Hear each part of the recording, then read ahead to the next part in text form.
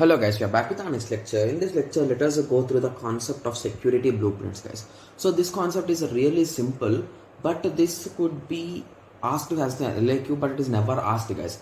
Because in textbook and in any book, there are various subtopics below these, guys, below this topic. Okay. So for now, I'm just giving you an introduction here. But if you want to know exactly like each and everything, please refer the textbook for this question, guys. Okay. I'll be just giving you the definition and some kind of implementation, how you can do what are the various components elements in this thing. Okay, yes, so let us start. I'll be discussing about the names of those things also, don't worry.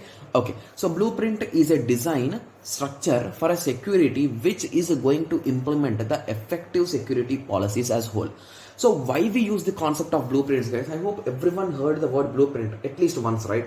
Yes. So why they will be drawing, or why they will be doing, like whenever you are hearing from any civil engineer, they'll be saying that they drew the blueprint for the house, right? So what are they doing? They are just creating a dummy in a 2D paper, right? Yes, so yes, right.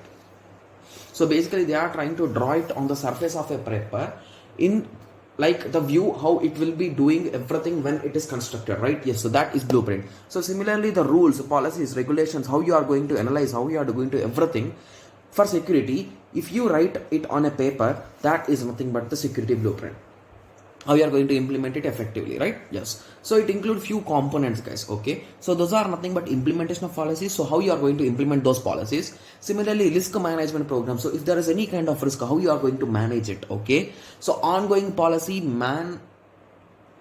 agreement. So basically, what are the ongoing policies? So there could be some policies which you are updating, right? Yes, so you'll be considering about them also. Okay, similarly, educating and training program. So basically you need to educate your employees, right? So they should get some everything, they should get understand, they should everything, right? Yes, so that education and training will also be done. Similarly, technical control. So basically technically how you are going to give every control, everything, and maintenance of security, right?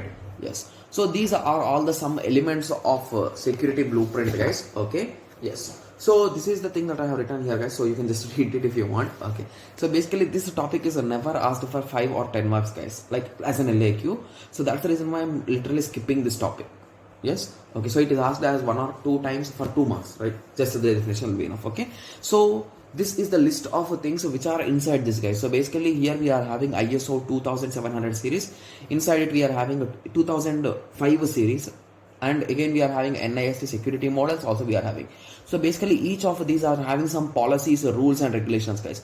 So each of them is having around 10 to 20 which are really tough to remember and do the thing, guys. So that is the reason why I'm just skipping them. So if you get any kind of reference for this topic, please share it with me so that I can share in our groups.